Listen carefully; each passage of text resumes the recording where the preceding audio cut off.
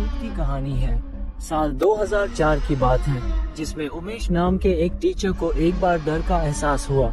एक गांव के छोटे से स्कूल में वो पढ़ाते थे। वो स्कूल में सारे बच्चों को बहुत प्यार करते थे। बच्चे भी उनकी सारी बातें मानते थे।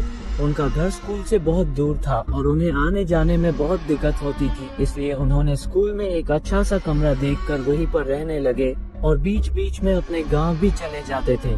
कमरा एकदम अच्छा था, खिड़कियों से ताजी हवा आती थी और स्कूल की थोड़ी ही दूर पर एक छोटा सा गांव था, इसलिए कोई डरने की बात भी नहीं थी।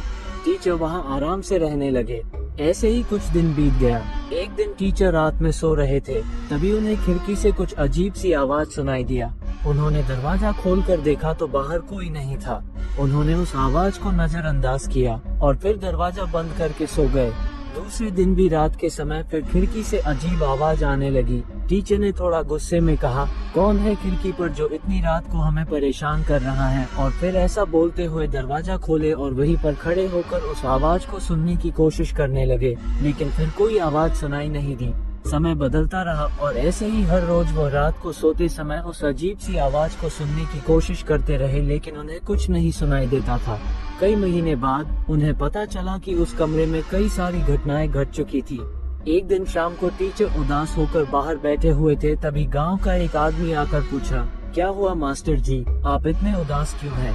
तब टीचर ने उस आदमी को रात में होने वाली सारी घटना को बता दिए। तब उस आदमी ने टीचर को बताया, बहुत साल पहले इस कमरे में कई सारी घटनाएं हो चुकी हैं और इस कमरे में एक स्वामी नाम का आदमी अपने परिवार के रहता था। किसी कारणवश उसके परिवार वाले ही उसकी हत्या कर दिए और इस कमरे को छोड़कर भाग गए। तब से लेकर आज तक इस कमरे में हमेशा भूत का वास रहता है और रात को आते जाते लोगों को परेशान करता रहता है।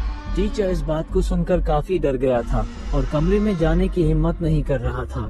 जैसे तैसे करके रात गुजारा और दूसरे दिन ही वो स्कूल छोड़कर हमेशा हमेशा के लिए अपने गांव चला गया और कभी उस कमरे को देखने के लिए भी नहीं आया, क्योंकि उसे डर का एहसास होने लगा था। मुझे आशा है कि आपको ये डर का एहसास की कहानी अच्छी लगी होगी। आपको ये कहानी कैसी लगी हमें कमेंट करके जरूर बताएं।